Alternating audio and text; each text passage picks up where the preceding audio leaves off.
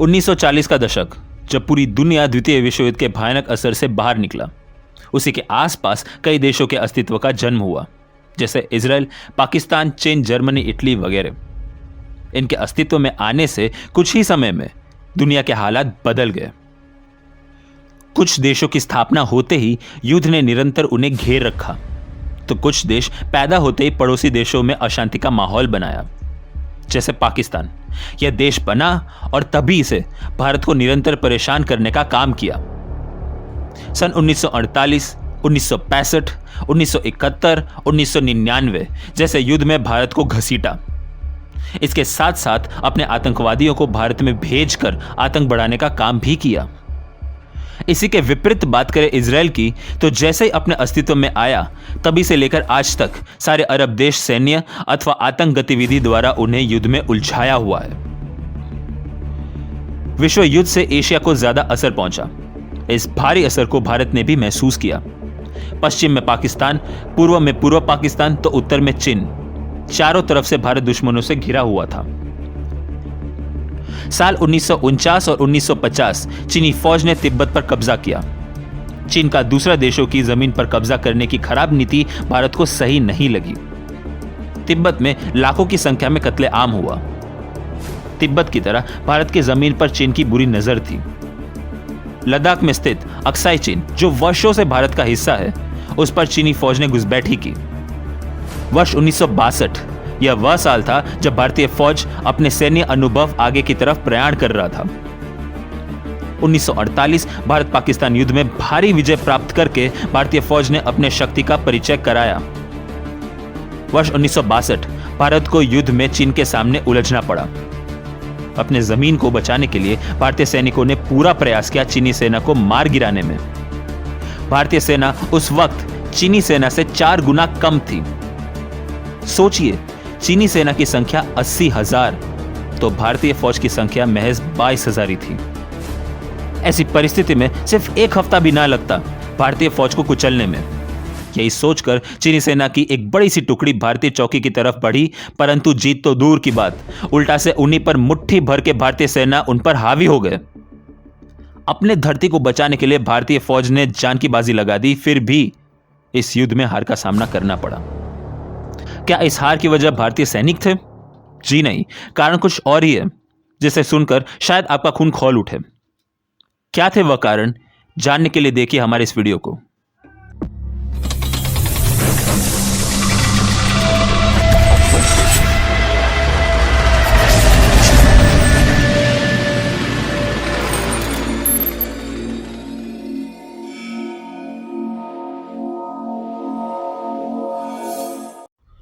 वर्ष 1947 भारत देश स्वतंत्र तो हुआ, परंतु देश का बंटवारा भी हुआ।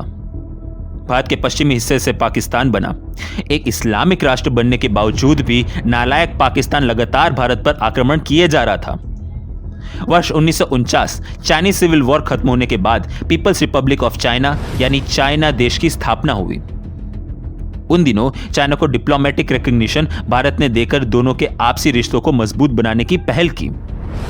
यह संबंध वर्ष 1956 तक भी मजबूत रहा।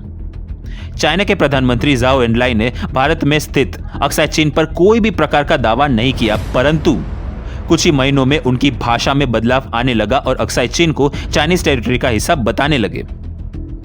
वर्ष 1950 चीनी फौज ने तिब्बत पर कब्जा कर लिया। तिब्बत को चाइना का हिस्सा बताते हुए वर्ष 1956 से वहां पर सड़कों का निर्माण करवाना शुरू कर दिया। उसके बाद भारत के लद्दाख में स्थित अक्साई चीन पर अपनी फौज की चौकियां बनाना शुरू कर दिया। धीरे धीरे चीनी फौज ने मैकमोहन लैंड बॉर्डर पर तैनात भारतीय फौज के साथ मुठभेड़ करना शुरू कर दिया। साल 1959 अक्साई चीन में स्थित कोंका पास पर भारत चीन सेना के बीच झड़प हुई, जिसमें करीब 9 भारतीय सैनिक वीर गति को प्राप्त हुए। उसी महीने यूएसएसआर के फर्स्ट सेक्रेटरी निकिता क्रुश्चेव ने भारत चीन बॉर्डर के माहौल में भारत का पक्ष लिया। उस समय जाओ एनलाई ने प्रधानमंत्री जवाहरलाल नेहरू से अक्साई चीन के विषय पर बातचीत करने की मांग की। प्रधानमंत्री जवाहरलाल नेहरू ने जाओ एनलाई से कहा कि सबसे पहले अक्साई चीन से अपनी सेना हटाए, तभी वे बातचीत करेंगे। वर्ष 1960 आखिर में दोनों के बीच बातचीत हुई तो सही, परंतु कोई अपने बातों से टस से मस न हुआ। नेगोशिएशन प्रोसेस पूरी तरह से फेल हो चुका था। वर्ष 1961 चीनी फौज ने मैकमोहन लाइन पर पेट्रोलिंग कार्रवाई बढ़ा दी। उसके बाद खुलेआम वे भारत के इलाकों में घुसने लगे। भारतीय फौजी अक्सर जो उस वक्त ड्यूटी पर तैनात थे, वह लगातार दिल्ली तक अक्साई चीन में चल रहे गंभीर परिस्थिति के बारे में लगातार भारतीय सरकार को अवगत करवा रहे थे, परंतु कुछ खास जवाब भारत सरकार की तरफ से उन्हें नहीं मिल रहा था। चीनी फौज लगातार अक्साई चीन में घुसकर भारतीय आउटपोस्ट को घेरने की कोशिश कर रहे थे और जवाब में भारतीय फौज उन्हें खदेड़कर भगा रहे थे। अक्साई चीन के हालात दिन पर दिन खराब होते जा रहे थे। मई 1962 इंडियन एयरफोर्स को साफ साफ इंस्ट्रक्शन दिया गया कि अपने जहाज की उड़ान अक्साई चीन की तरफ ना भरे और न ही कोई सैन्य अभ्यास करे जिससे चीनी सेना को गलत संदेश पहुंचे और वह आक्रमण करे। 10 जुलाई 1962 350 चीनी सैनिकों ने भारत के चुशुल में स्थित भारतीय चौकी को घेर लिया, परंतु कुछ ही घंटे बाद वापस चले गए। चीनी सेना वापस गई तो सही, परंतु कुछ ही दिनों में बहुत सारे हथियार, ईंधन एवं बैकअप फोर्स तैयार कर लिया। उनकी चल रही तैयारियों का कोई भी अता पता दिल्ली को न था। 20 अक्टूबर 1962 चीनी फौज ने 2 हमले किए। अक्साई चीन में स्थित चिपचैप घाटी और नामकाचू नदी के आसपास इलाकों पर हमला किया। इसी से युद्ध का आरंभ हुआ। 22 अक्टूबर 1962 रात 12:15 पर चीनी फौज ने मोर्टार से मैकमोहन लाइन के वेलोंग पर हमला किया। करीब 400 से भी अधिक चीनी सैनिकों ने भारतीय पोस्ट पर हमला किया। 100 से भी कम संख्या में भारतीय सैनिकों ने चीनी सेना को मुंह तोड़ जवाब दिया और वेलोंग के इलाकों को सुरक्षित रखने में कामयाब रहे। 22 अक्टूबर 1962 कंट्रोल लाइन के 16 किलोमीटर तक चीनी फौज ने अपना कब्जा बना लिया। इन सभी के बीच युद्ध को रोकने के लिए जाओ एनलाई ने प्रधानमंत्री जवाहरलाल नेहरू को पत्र भेजा, जिसमें कुछ प्रपोजल्स थे। पहला, दोनों देशों के बीच बाउंड्री सेटलमेंट हो। दूसरा, लाइन ऑफ एक्चुअल कंट्रोल की दोनों तरफ से सेना 20 किलोमीटर तक पीछे हट जाए। तीसरा, नॉर्थ ईस्ट फ्रंटियर एजेंसी से चीनी सेना पीछे हट जाए। और चौथा, अक्साई चीन की रेखा को दोनों सेना पार न करें। इस प्रपोजल को नेहरू स्वीकार करने में इंटरेस्ट रख रहे थे, परंतु कुछ ही दिनों बाद चीनी सरकार ने अक्साई चीन की मांग की और उसी से युद्ध का स्तर जारी रहा। 17 नवंबर 1962 चीनी फौज ने सेला और बोम्बतीला में भारतीय सेना पर हमला किया। इस बार 400 या 50 नहीं, बल्कि हजारों की संख्या में भारतीय सैनिकों पर हमला किया। चीनी सेना के कदम आसाम के तेजपुर की तरफ बढ़े। Assam north east frontier agency border के पास बसे हुए गांव को लोकल गवर्नमेंट ने खाली करवाया। सभी आम नागरिकों को सुरक्षित स्थान पर पहुंचा दिया गया।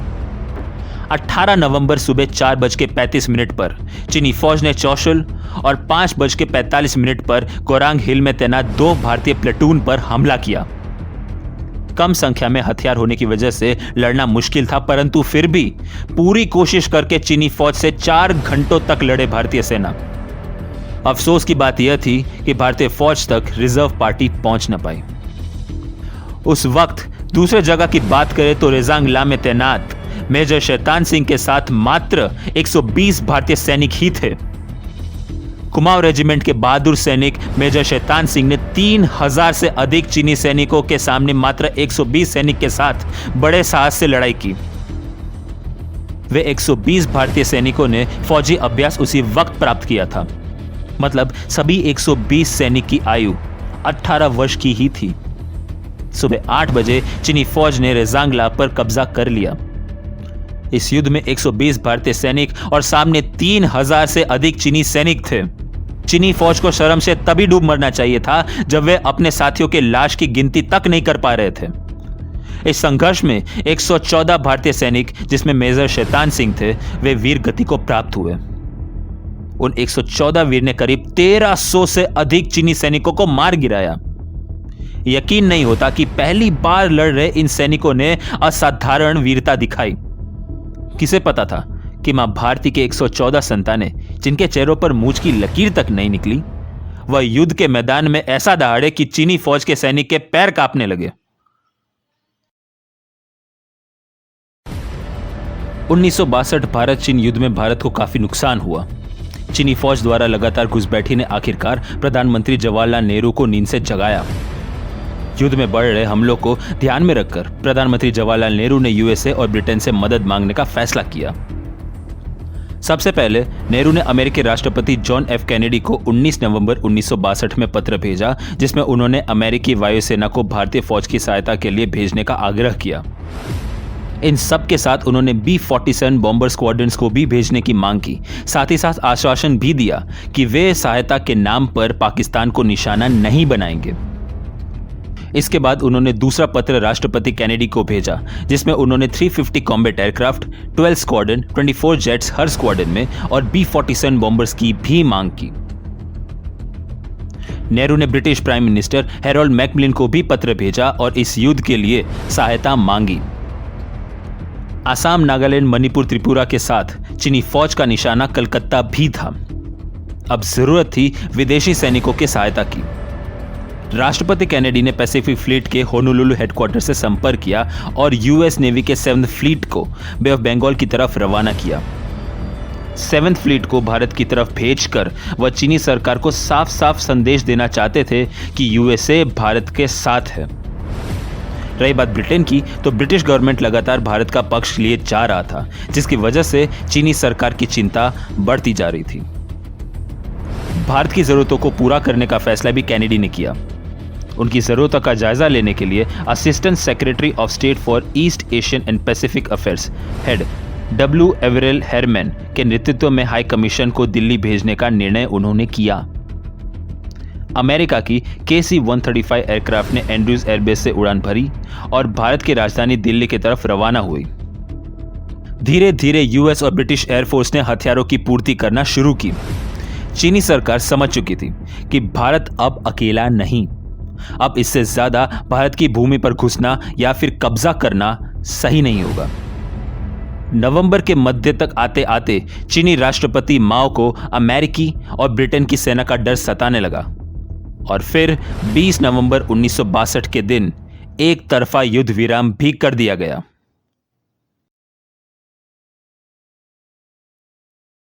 वर्ष 1962 भारत चीन युद्ध में भारत को असफलता का सामना करना पड़ा। क्या वजह हो सकती है इसके पीछे? क्या भारतीय सेना ही इसका कारण है? जी नहीं, बहुत से कारण है इस युद्ध के असफलता के पीछे, जो हम एक एक करके जानेंगे। वर्ष 1962 उन दिनों भारतीय फौज एवं सरकार को गुप्त जानकारी पहुंचाने का काम सिर्फ इंटेलिजेंस ब्यूरो यानी आईबी का ही था। आईबी के पास इंटेलिजेंस रिपोर्ट एकत्र करने का खास अनुभव न था। उनके लघु अनुभव की वजह से वे सरहद में हो रहे चीनी फौज की घुसपैठी की जानकारी पाने में असमर्थ रही। इसी से चीनी फौज ने भारत में घुसकर उनके कई इलाकों पर कब्जा कर लिया। दूसरा कारण है सैन्य अनुभव। उन दिनों भारतीय सेना अपने सैन्य अनुभव में कुछ खास न थी। युद्ध की तकनीकी ज्ञान से लेकर तालीम में भारतीय फौज जहां युद्ध अभ्यास कर रहे थे, वहीं दूसरी तरफ बात करें चीनी फौज की, तो उनके पास कोरिया युद्ध का अनुभव था। इसी अनुभव से उनके बड़े से बड़े फौजी अफसरों का नेतृत्व अच्छा था। तीसरा कारण है हथियार। उन दिनों भारतीय फौज के पास प्रथम विश्व युद्ध के जाने माने ली एनफील्ड राइफल अधिक मात्रा में थे। रही बात मशीन गन की, तो उनकी संख्या कुछ खास न थी। दूसरी तरफ चीनी फौज के पास ऑटोमेटिक गन, बड़े से बड़े मशीन गन और आर्टिलरी भी मौजूद थे। हथियार के सारे सप्लाई प्रोसीजर्स भी तैयार थे। चौथा कारण था भारतीय रक्षा मंत्री वीके कृष्ण मेनन। उन्हीं के ऑर्डर्स पर भारतीय वायुसेना को युद्ध में सम्मिलित नहीं किया गया। उनके अनुसार वायुसेना का युद्ध में भाग लेना मतलब युद्ध के स्तर को और बढ़ाना।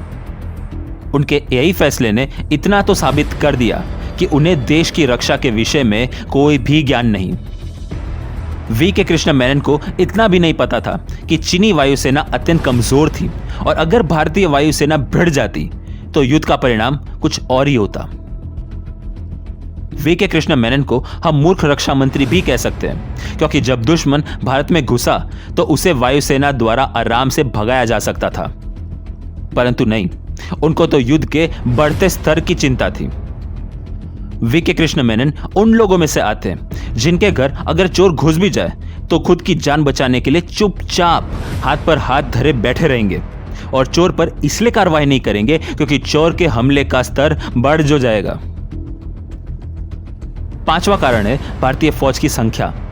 इस युद्ध में सिर्फ 22,000 सैनिक थे, जबकि 80,000 से ज्यादा चीनी सैनिक मशीन गन के साथ युद्ध में उतरे थे। इन सभी के बावजूद भारतीय सैनिकों ने चीनी लाशों की जो ढेर लगाई, वो आज भी हमें यह सोचने पे मजबूर कर देता है कि अगर प्रथम विश्व युद्ध के कबाड़ी ली एनफील्ड राइफल की जगह मशीन गन सैनिकों के हाथों में होती तो क्या ही परिणाम युद्ध का होता। छठा कारण था दिल्ली का रवैया। चीनी सेना का लगातार घुसपैठी करना और भारतीय सेना की चौकियों पर घेराव करके सेना को धमकी देना, यह सब बातों का कोई असर दिल्ली में रहे प्रधानमंत्री एवं उनके कैबिनेट पर न पड़ा।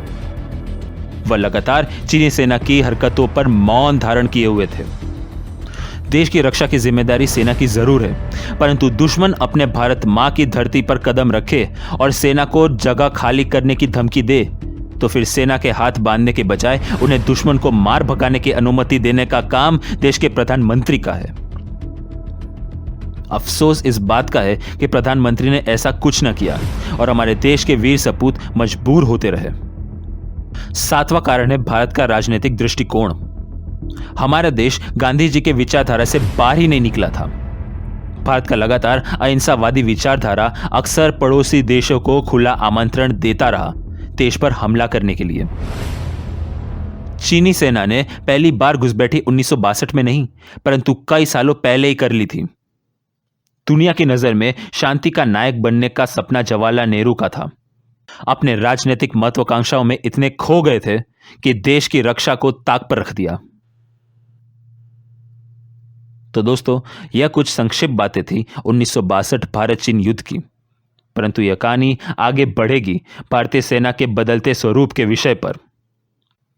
मिलते हैं अगले भाग में भारतीय सेना के साहस के खोज में। तब तक के लिए जय हिंद, वंदे मातरम।